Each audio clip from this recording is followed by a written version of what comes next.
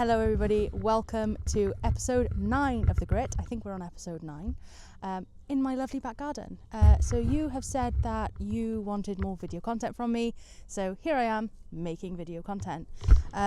My partner is recording on her iPhone and I am currently using my studio mic because I don't have remote microphones, and my guest today brought her own, so she's a little bit more set up and professional than me. But if you're watching this and you're a sponsor or a brand, and you feel like I would like to donate to The Grit and help a independent podcaster, please send me some Rode microphones my way so I can do some more portable podcasts.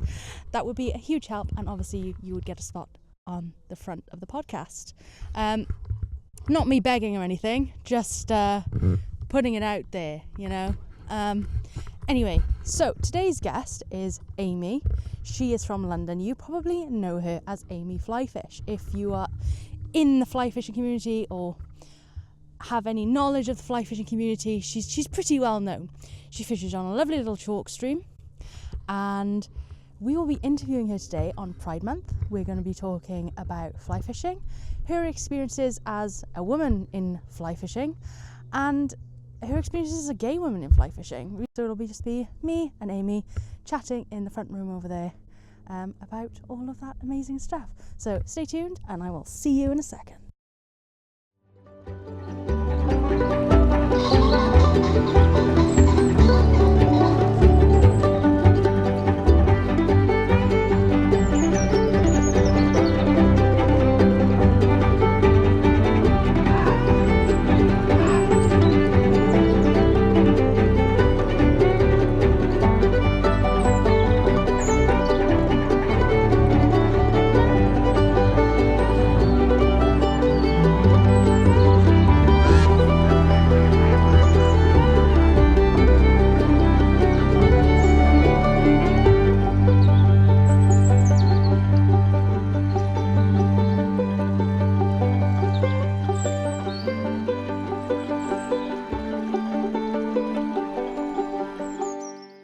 Thank you for coming today. Cheers. So, I'll ask everyone this, can you just tell us a little bit about yourself, who you are? I am a fly angler with a passion and a love for conservation and fishing, all sorts of fishing. Like coarse and fly, Coarse, isn't it? yeah. I actually fly fish for coarse fish. Right, okay. And I didn't know that wasn't really as popular as a thing. I didn't even know you could, if I'm honest. This is what I hear from a lot of people. Everybody associates fly fishing with trout. I never knew what a trout was when I started fly fishing. Right. So I was going to my river and I was trying to catch the chub. And it was only about a year in, I actually found out what a trout was. So there's an old guy that used to really sort of help me with my fishing endeavours. His name's Derek. He's passed on now, he's not here, bless him.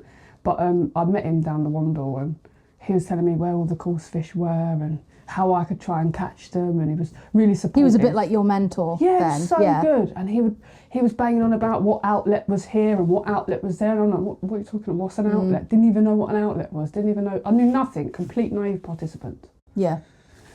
So yeah, I feel like I've started not in the traditional way that most people tend to start. I've just sort of gone and fished for what was there, and that was coarse fish. What inspired you to take up fly fishing? Because you come from quite an urban environment, London. Other than the Thames, which is not really known for its beautiful fishing, how did that even come about for you? Well, my wife had booked a day's fishing on a trout fishery in Cornwall for my nephew, who must have been about 7 or 8. Right. It's not the right time to take a child fly fishing. We didn't even know what fly fishing was, to be fair. Right, fishing's fishing. We was thinking, I'm going to sit there with a rod and whatever, catch a fish and stuff. Anyways, we get to this trout fishery, in this fly fishery, and there was a lovely chap, for free, took us for the day to guide us on to fish. And, half an hour into it, my nephew had enough. He was not interested whatsoever.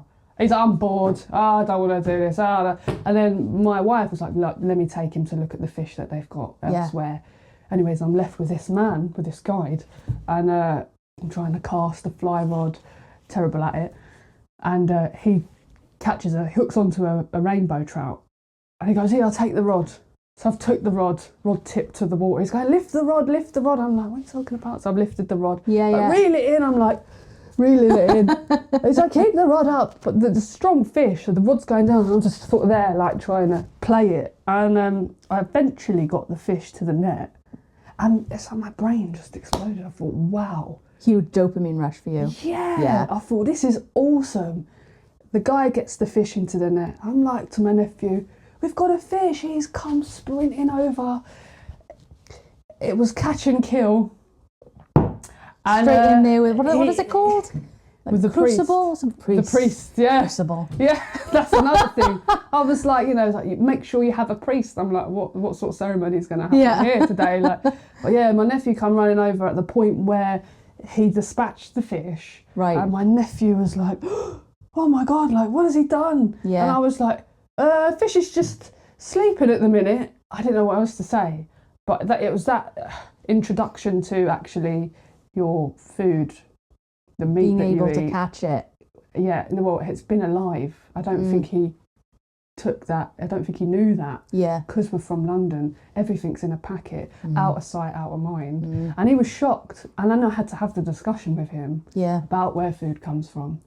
And he wasn't happy about it. And he was like, yeah, I'll have fish fingers and chicken nuggets, but I won't have any of the fish that you caught. And I was like, fair enough, didn't push it. Yeah, you can't, can you really? But sometimes? once it was all cooked and it come out on the table, he had a little piece and he liked it. And I was like, whatever. But no, it was that day that sort of sparked my curiosity for it. Mm-hmm. I thought, well, if there's fish here. And I grew up along the River Wandle in South East with London. I used to wade through it as a kid. It's not advisable, mind, but I thought, I'll just get a rod and I'll see what I can catch there. Just a cheap starter rod. Cheap starter. Well, I actually at the time couldn't afford one. So my wife and my mother-in-law, they bought me a Shakespeare Sigma combo reel and rod for my birthday. And I was like blown away by it. And they bought me, a fly fishing vest, which you could only really find in men's sizes. Yeah. So it was way too big. And that's a massive problem in the fishing industry, getting the right kind of gear for ladies and stuff that fits us properly. But yeah, no, I took that rod and I went down the Wandle, and I think it was about a week before I caught my first fish. And I'm looking on YouTube and I'm like, why, I was casting. I remember this so vividly. I see all this shoal of chub. I didn't even know what they were at the time, but I know they were chub now. And I was like, this is great, I'm going to catch a fish. I ping my fly in, and I watched the chub suck in my fly, spit it out. And I'm thinking, they'd done it about 10 times. I'm thinking, why in the hell aren't I catching a fish? I didn't even realise you had to set the rod and strike. Only until I went on YouTube, I realised that, and I was like, oh God, I've been doing the wrong thing all this time. But when I finally got the knack and I see a fish take the fly and I set the hook, it was magic. I was with my wife when I caught my first chub. Oh, that's special. And it's like, I'll take you for a picnic down the Wandle on the nice bit. And I caught that fish. I was like, oh my God, I'm stripping my line back. It's tangled all up in my feet. I couldn't believe it. I get this fish, it gets into the net. I'm like, yes. My wife's like, oh my God. We're screaming. This is a small, very small chub. Fish is a fish, though. Fish is a wild fish, though. That's the thing. And got it to the net, and then I realised I've never held a wild fish, or unhooked a wild fish. I'm not starting to panic. It's in the net in the water, but it's wiggling about, and I'm going, trying to unhook it, and then I pick it up and I'm shaking, and I'm like, took the picture, and it's just absolutely mind blowing, and now I'm mad about it. Once I've caught that fish, I was like, I can do this. Yeah, this is a thing. I know there's more fish to catch. It's opened up a whole world for you then, have basically. So many new experiences. It's truly a wonderful thing, actually. Yeah. More people should do it, and I'm like, why don't they? Why do you think they don't? Well, let me put it to you now. I never thought about fly fishing or any fishing because it wasn't on the menu for me. Yeah, wasn't presented as an option. No, it's old men. I'm not an old man. Well, old men are my spirit animal, but I'm not one. I don't know, if you don't see it and it's not visible, it sort of, it's hidden, isn't it? And even I've been fishing and people have actually commented, a lot of women comment say, oh, it's good to see a woman out fishing. You don't see many women out fishing. I remember one day I heard a little boy, he went, Daddy, do ladies fish? And he was like, yeah, of course they do. But obviously you don't see it on main media or in books. You do now a lot more. Not enough, quite frankly, but you do. But that's probably why I never got into it, because no one ever said, do you want to come fishing? My dad doesn't fish, none of the men in my family fish, so it just wasn't there for me. Yeah. So as a woman fishing, has that presented itself with other unique challenges that you've had to face? And when you did face them, how did you tackle those issues? Let me just have a swig of this pint of vodka. I've faced so many different challenges. I don't want to hold on to the negatives because the positives far outweigh them. Yeah. But misogynists, sexist, homophobic people, face to face I've had challenges. Right. And way more online. But the good thing is that I've had people stick up for me. Yeah. Whether or not you like it. If you are a woman and there is a misogynist and you're being started on, let's say, the only way to tackle that is to get a man to deal with it. Because he's just not going to listen to you. So I had it on the bank where there was a guy, he was old. He could have been my dad or granddad. And he would say things about me behind my back to other anglers. I had anglers come up to me and tell me about the things he'd been saying, all sexual. The only female angler, and I quote, she was told, be careful of her, she's a lesbian. And I was like, what is that? What even is that? Be careful of me for what? Like, and she said to the said gentleman that was talking about me, she said, and what's that got to do with you? Yeah. Is it affecting you in any way? No, it ain't, go away. So like some of the guys, he'd say to them, oh, you're barking up the wrong tree, you're only fishing with her because you fancy her. And you can bet your bottom dollar that these blokes are not coming out to flirt with me, they're coming out to go fishing. And they were annoyed with the things that he was saying. And they actually challenged him and said, look, do you know what, you need to stop with all of this stuff because it's not okay. And I felt like at that time, I thought, I don't want to come out. I don't want to come out fishing. Yeah. Because I'm going to see these guys. The same guys that would stand there when I was learning how to fish. I was trying to cast for the barbel with a fly that was way too heavy for my rod. And they'd shout stuff like, you can't cast very good. And I'm like, okay. And I've got a bit of a punchy personality. I'd turn around and I'd say stuff like that to them. I'd say, like, how many fish have you caught today? And they'd go, none. And I'd go, well, there you go then. Shut your mouth. And I'd carry on. But inside, I'd be like, you know? It hurts though. Like, no one wants to hear nasty things. You're out for a nice day out, for relaxing time on the river. No one wants to be out there getting what is essentially bullied for enjoying a pastime, just being yourself. And I think that I'm only getting that treatment because I'm female and because I'm gay. And it all come to a head when I said to the guy who was going about spreading the rubbish, I said, don't speak to me. Yeah. He'd say good morning to me. Oh, hello, you're all right. I said, stop talking to me. I said, I know what you've been saying about me. I went out one time and some bloke random come up to me and said, oh, you're Amy, aren't you? And I was like, he's like, the lesbian. And I went, well, yes, I am, but that's not why I'm here. I'm just here to fish. Yeah. Someone comes up to you and goes, oh, yeah, you're Amy, you're the lesbian. That's what you've been talking about, my sexuality. Yeah. Anyways, when I challenged the guy, he was like, you know, you put it out in social media, so, you know, basically saying it's a free-for-all to start and take the piss. And I was like, no. At that time, I never So they only found out that I was gay when, like, you know, if someone asked you, oh, what you doing the weekend, I was like, oh, you know, I'll be going this place with my wife, or da, da, da. As soon as they cottoned onto that, well, it was then all of the other stuff. And, you know, there's a fine line. Yeah. You know, if you're saying all this stuff, you're saying all that stuff, but it's behind my back. You're not saying it in front of me because you know I'll tell you I don't like it. So there was all of that. Anyways, I ended up actually recording one of the incidents, and there was a bit of swearing, and he told me I would just have to effing put up with it, because I said to him, I don't want you talking to me, saying all this stuff, just pass me by. I'd much prefer that instead of the fakeness.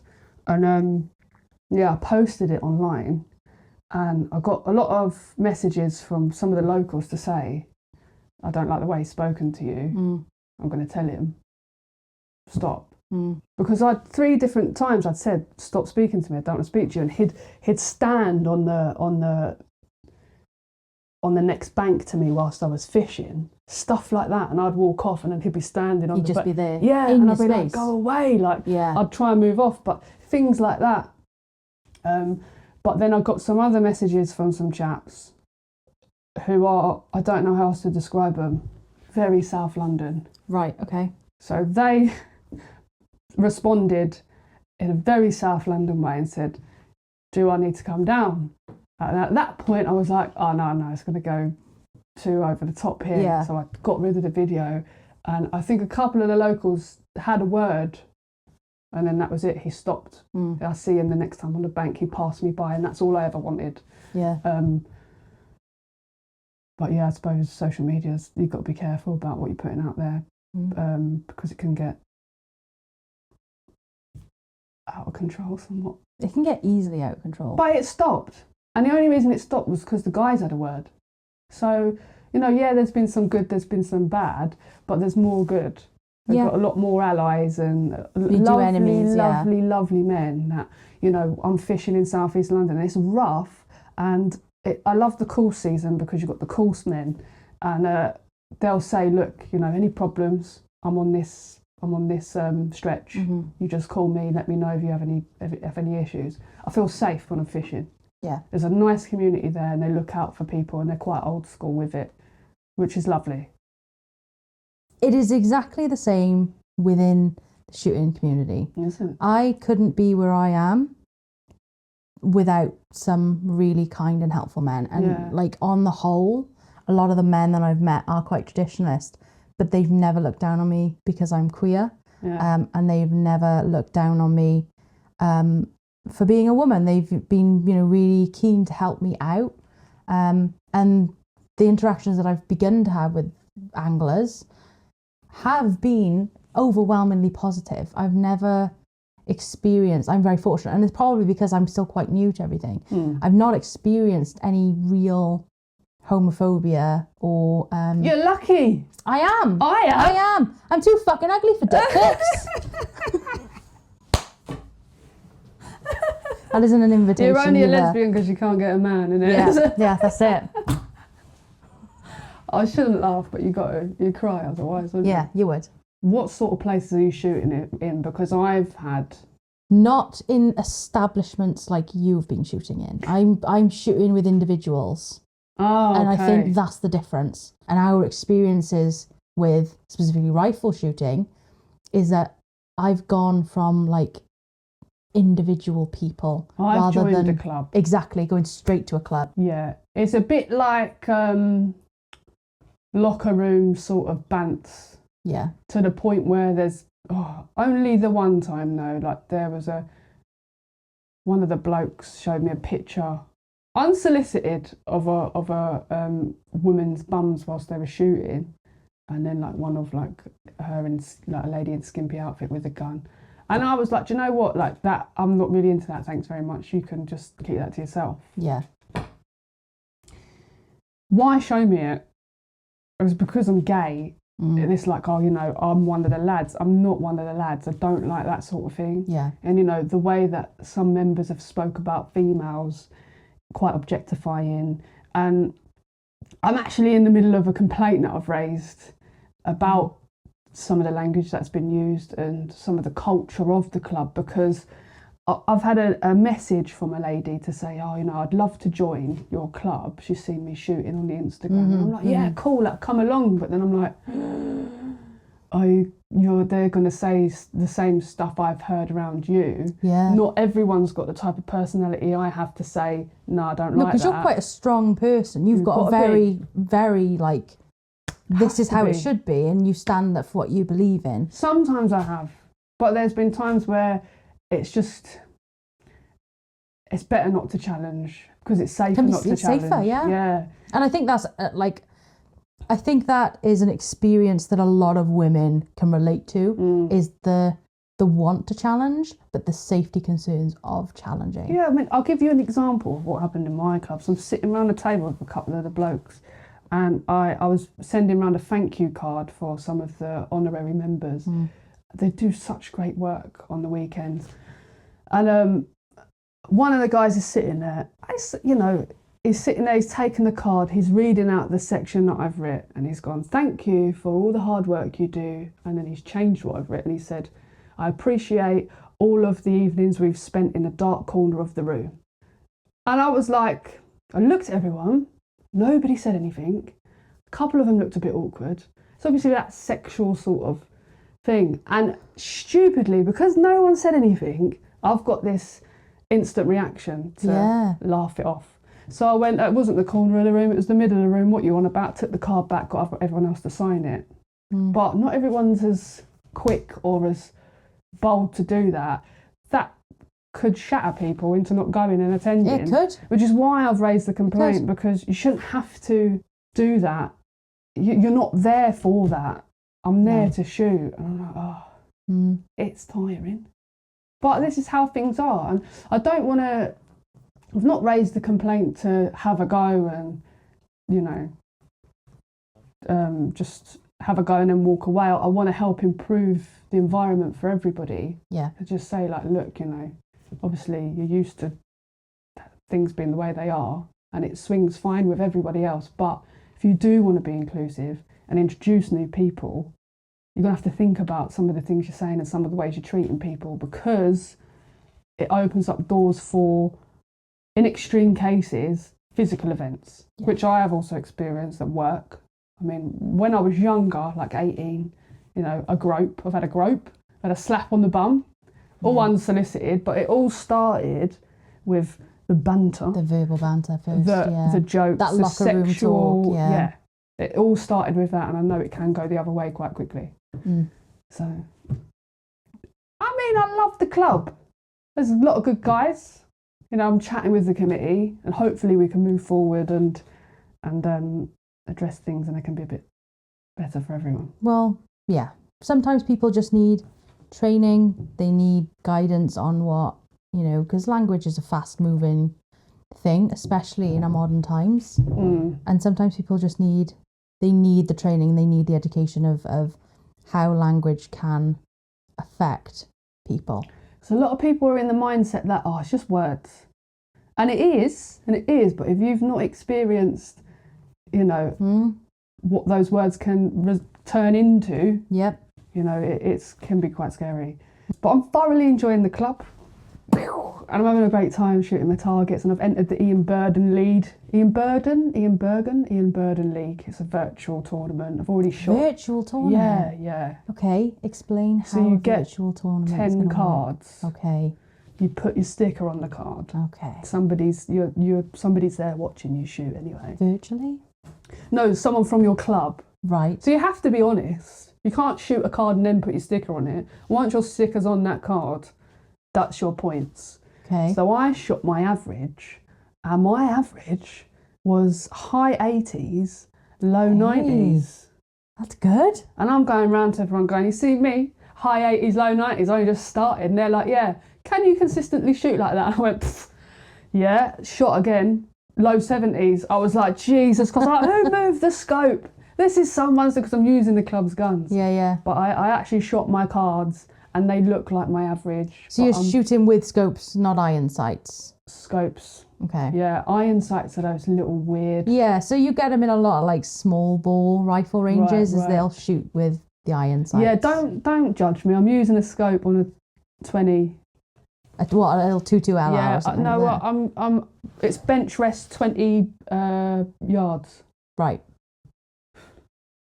So, there's no real skill involved. But There's still skill. I'm gutted because my last card, I don't know what I'd done. I think the barrel was hot and I just wanted to finish it all off. The barrel was hot, my eyesight was off, I had a headache, the wind was off. I shot and it completely just went out of the circle, out of the target, and I was like, no, unless somebody misses 2 whole circles, I'm out. I'm out of my league. I'm not going to get a medal. I wanted a bloody medal. And I just don't think it's going to happen for me. But lessons have been learned, and I don't find out the results until November, because what people are supposed to do is shoot a card every 2 weeks. Right. But I'm like, I don't know whether I'll be holidaying or not, so I thought I'd just whack them all out. Exciting times. We'll see what happens with that. Yes. Jeez. We could talk about... How do I introduce that? Just like this now. I want to talk about my poo. Problems in angling, lack of toilets. And I don't care what anybody says. Everyone's been caught short. Yeah, when you get to a certain age, and when you've got to go, you've got to go. And it happened to me once whilst I was out, and I was in Malden Hall Park, and I'm fishing away, trying to catch the chub, and then suddenly, I was like, oh my God, I need to go. But the toilets are like a mile away. I think I'm not going to make it to the toilet. I was panicking. I started to sweat. My heart was beating in my neck. I'm having all these thoughts. I'm thinking, what kind of sick person shits themselves? I can't shit myself. I'm not that sort of person to shit myself. Well, I had to go. So I had to whip down the old trousers, and I went. And I've never felt my dignity slip away as much as I did that day.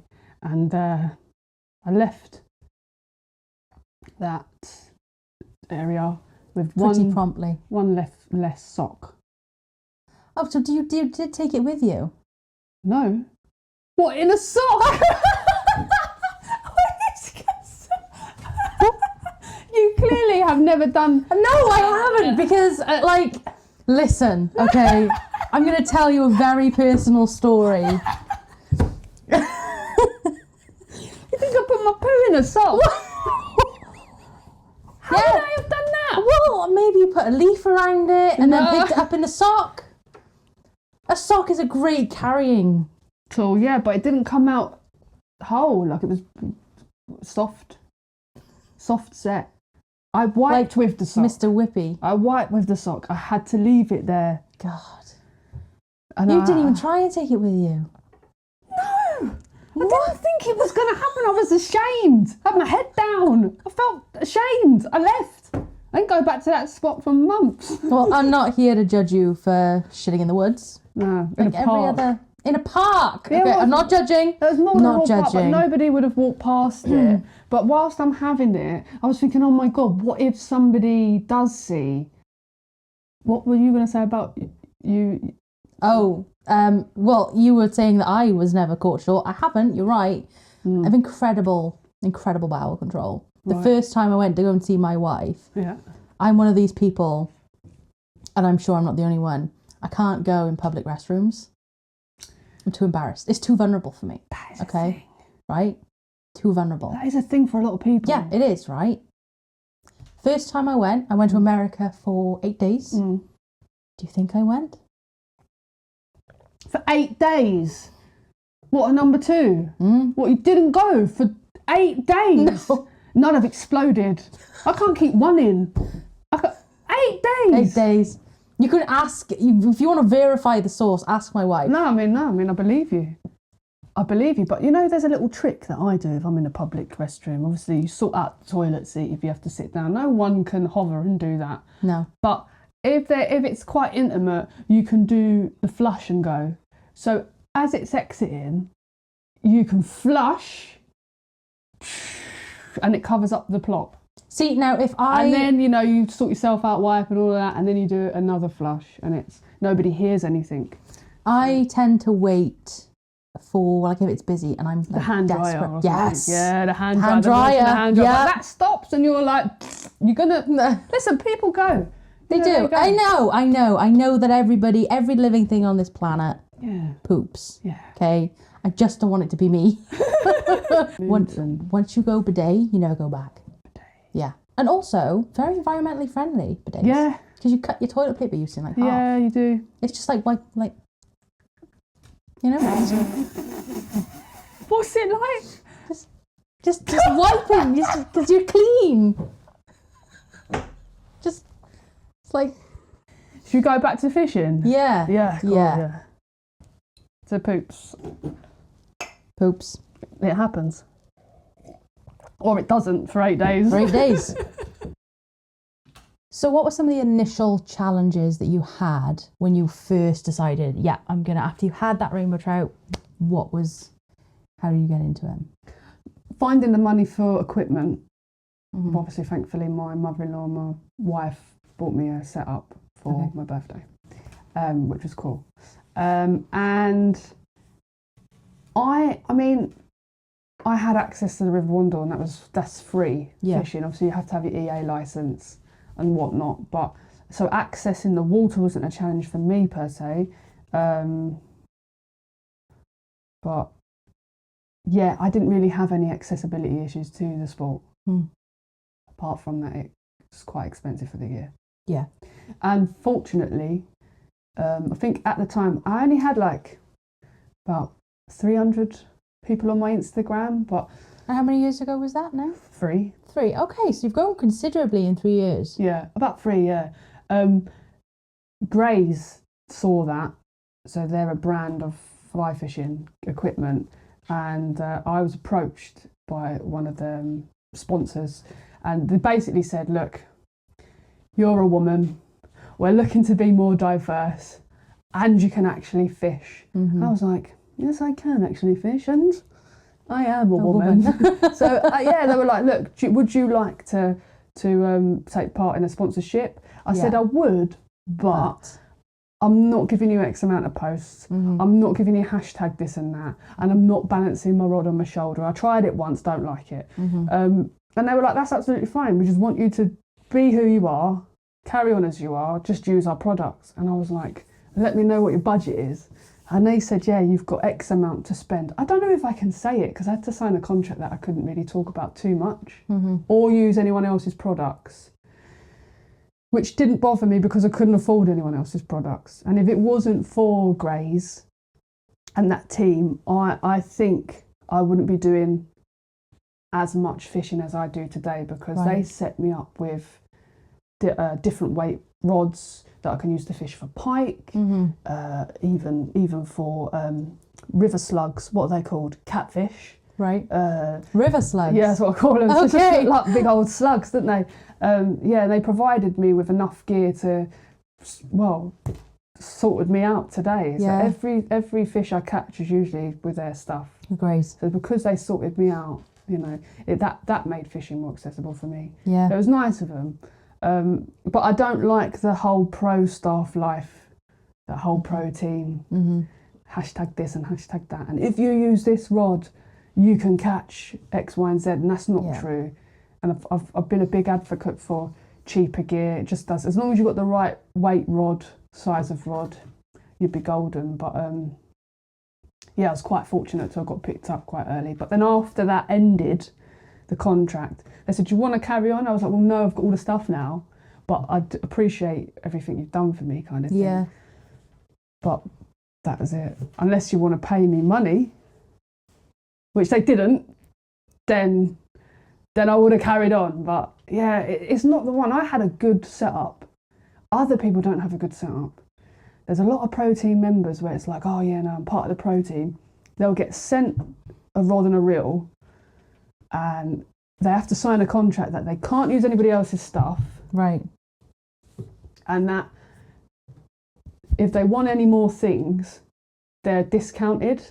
Right. So I'm like, and also pro team member doesn't mean you're a professional, it just means you're a promotions team member. Right. So I'm like, you're drawn into this contract where you can't get anyone else's stuff. You have to do X amount of posts, X amount of hashtags. you're working for a brand who is telling you that you can only buy their things at a discounted rate. You've become a customer of a brand, and who you're working for free basically. So I'm like, no, I'm not about that life. Yeah. And also lying. I know people that are sponsored by a brand, but they'll use a different brand rod to catch the fish. Really? And then, swear down, you're getting the tea now, sis. Then when they're taking a photo of the fish, they'll get the rod. And I can't say any names, but they'll get the rod that their brand is. And they'll act like they've caught it with that rod and they haven't. You could say the names and we just bleep them out. Which would be for comedic effect, of course. It's a woman, it's a female angler. Called? No, there's only a few of us. I'll keep you not guessing. You can all guess. This was early days. I don't really talk now, so. So accessibility-wise, cost is the most important thing, rather than sort of gender-related issues or sexual-related issues. Cost is the main accessibility factor for you think? Cost and access. Right, okay. So I'm very fortunate to have a chalk stream that runs through the southeast of London. There's only 200 in the world. But there are other chalk streams. It's going to cost you £300 a day to actually even get on, and it's who you know, because it's private land. And that's a big problem. And it's sad because I went fishing on the River Test. I had an invite. Lovely person invited me, and there were some kids that were, well, they said poaching, but I don't believe kids are poachers. They were on their spinning rods. They're just trying to catch fish. They should maybe try and, I don't know, do some sort of plan whereby, I don't know, the kids do a bit of work and then they can have access on certain days. Yeah. You know, just to keep them in the sport, because otherwise you're pushing them out the sport. It's so wholesome as well. It's so good for them. Yeah. It's just a shame that they don't have as much access to it. But such is life. That's the thing. If you're paying £300 to fish a beat and you want to catch fish, the people who are charging that don't want anyone to be coming and catching those fish. Stocked fish, may I add, which I'm not a fan of. Really? Okay. I'm not a fan of stocked fish. Not a fan of stocked fish? I'll try it. Well, in rivers. What is your opinion on? Because in America they stock a lot of their rivers with fish. They stock a lot of their lakes with fish. Are they triploided? Do you know? I don't know. Triploided is basically they're genetically modified not to breed. I don't know. I don't know that detail. I just know that they stock those rivers and they stock the streams and the ponds, and they do it for anglers, but they also have a big incentive to do it for the younger anglers. So when they go, they're more likely to catch something than nothing, and to keep fish populations healthier. So unrealistic representation of what fishing is. And it's a cover-up for the sheer scale of the pollution scandal that we're in currently, because you're stocking fish because the numbers aren't doing well. Yeah. Because of road runoff, that's a really terrible thing. Road runoff, obviously agricultural runoff, pollution, and then you've got the raw sewage. And that has devastating effects on fish populations. So when people stock triploided fish into rivers where there are wild trout and there are wild chub and wild fish, I just think it's another thing we are introducing that only is taking away from the wild fish. Yeah. Because trout especially, they're bullies, they're ferocious. I don't know if you've ever met one. Nasty. Only at the tip of my rod, and then I lost it. Nasty bastards. Right, you know, they'll come along, and the biggest fish, these triploided fish are usually £2, £3. They even introduce like £6 fish into these rivers. So this is in the UK now we're talking about, right? Yes. Okay. The premium chalk streams, as they call them. They're introducing these triploided fish. The first thing they're going to do is bully out the native fish. Yeah, gentrification. They're coming in. Yeah, they're moving out the natives, and the wild populations of trout are low because of this. But because they've got to keep up with the demand of the people that are paying top dollar we're in this situation. And the irony of it all is that you'll get people like the Wild Trout Trust that take donations from these premium chalk streams that don't care about wild trout, that are actually taking away from the wild trout. Yeah. So I'm like, is this hush money? What is this? I don't get it. I don't like it either. Seems the general election's coming up. Ooh. Your Prime Minister, Amy, say we've all voted you in. No, that's terrible. All right? We've all voted you in. I'm voting for you. No. All right? I'm going to write a little box on there, Amy. I didn't go to school. Do you think... Donald Trump barely finished school. He's got dosh, isn't he? Yeah, well, I know that, but he still made it to top office, didn't he? All right, fair enough. Right. I'm in it. In the scenario, you have been elected Prime Minister of the United Kingdom. What would you do in that dream scenario where you've got like full totalitarian control of the government? What are you going to do for trout? Liz Truss. Okay. I'll be in and out, take the money, bosh, gone. She's still getting paid for that. She didn't do anything. I know. I'd do that straight up. No, I wouldn't really. A lot of the water companies and the people who are polluting our rivers, they pay themselves in bonuses hundreds of thousands, hundreds and hundreds of thousands. Nah, cap that until you implement the structures that you were supposed to implement 3 decades ago. Stop paying yourselves with our money. Yeah. That would be the first thing. And actually start doing the work you were supposed to do years and years and years ago, decades ago. You know, that would be the first thing. So like refurbishing and updating the sewage systems. Yeah. To deal with the thing is that there's a lot of smart people, I'm not one of them, but they've known what they needed to do decades ago. Yeah. They just haven't done it because they want to make money. Yeah. It's as simple as that. So we've got the resources, we've got everything, we know what to do, they're just not doing it. So that would be it. Yeah. You know, hold people accountable. We're talking prison. We're Death talking sentence. Bring back the guillottine. No, not going that far. It's not going that far. You know, all I can do, I think everybody can make an individual difference. You know, I'm not academic, but I'll do my own bit. You know, I'll raise awareness through social media of what's happening, you know, sewage outpours. You're a bailiff, aren't you? Yeah, I'm a voluntary bailiff. I'm a grass, everyone. You are? Listen, I'm a grass for conservation. And you should be a grass for conservation. Grass for conservation, everyone. Simple, you know. Hashtag grass for conservation. Yeah. It's important because actually the voluntary bailiff schemes run by the Angling Trust, it's a fantastic scheme. When you're out fishing, if you see anything, it's not just poaching or people fishing out of season or without a licence, it's pollution incidents as well. The EA, they are, I like the EA.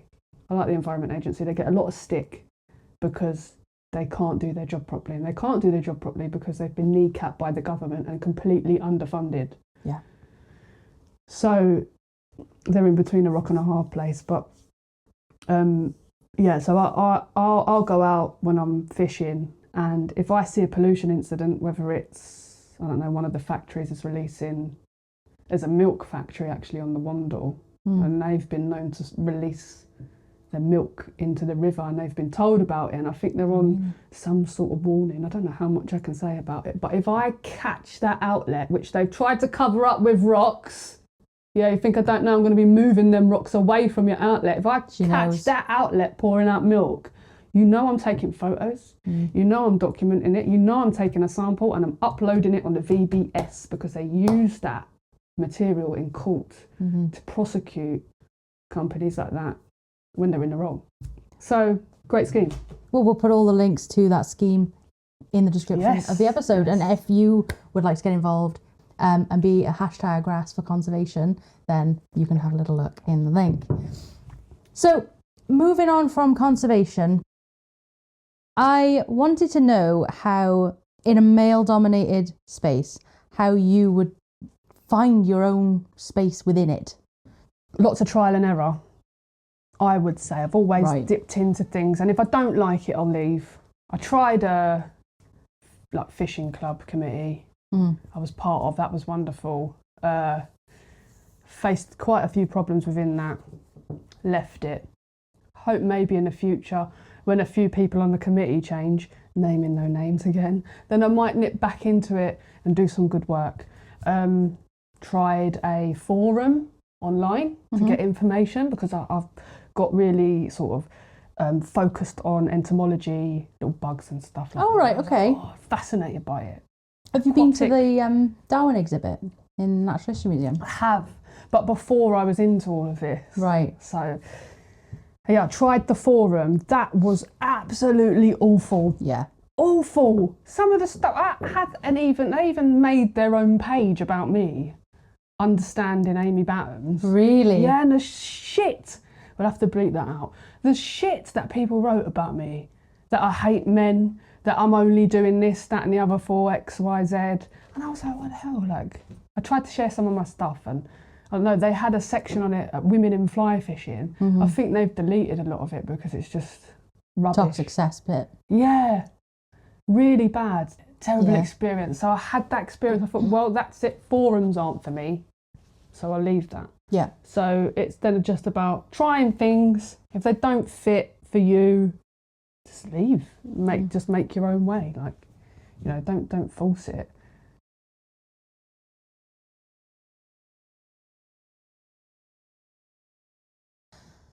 So the only other thing that I wanted to ask was, do you have any goals for the future? Where would you like to see either the shooting community or the fly fishing communities? Where would you like them to be, and where would you like to be? Alive. For one, that'd be great. Great goal. To be alive. Outstanding goal. I'd like to do a bit of coaching to actually get the training for coaching. Yeah. I was doing some coaching with the fishing club committee that I was with, and I actually secured a grant from the Angling Trust, who do absolutely great work in the communities. They've got a budget for community work and all of that. So yeah, secured that. And I had fun coaching the kids and stuff, getting them into fishing, showing them what was what. So maybe in the future I'd like to do a bit of that. And basically, well, I'd like to just meet people and fish as much as possible. Wherever I can go, I'll get to, and just have as many fishing experiences as I can. As far as the fishing sort of community and main media and shooting, I have no real control over what they're doing, so I can't really speak about that. It's not for me to. It's none of my business. I don't feel like it's any of my business because I don't really feel part of it. Right. Do you know what I mean? Like, I just go off and do my own thing. It was a pleasure. It was. Thank you for travelling all the way to Wales to allow me to interview you on the hillside. It's been great. Fabulous. Well, if you want to follow Aime on any of her social media, I will post it in the link of the description of the podcast episode. I can't follow you back. No, Aime only follows one person. Yeah. She doesn't even follow me. No. Who is that one person, Aime? Susan Boyle. Susan fucking Boyle. It keeps me out of problems. I stopped following people on Instagram. I'd get messages. Why have you stopped following me? Is there a problem? But what if you stop following Susan Boyle? She doesn't know I exist. How's she gonna feel? She don't know I exist. And she doesn't post a lot, which is what I like. So I'm not always scrolling. So it keeps me out of problems. Is she coming out with an album anytime soon? I actually am not a fan of her. She's just someone quiet to follow. Can't go wrong with that.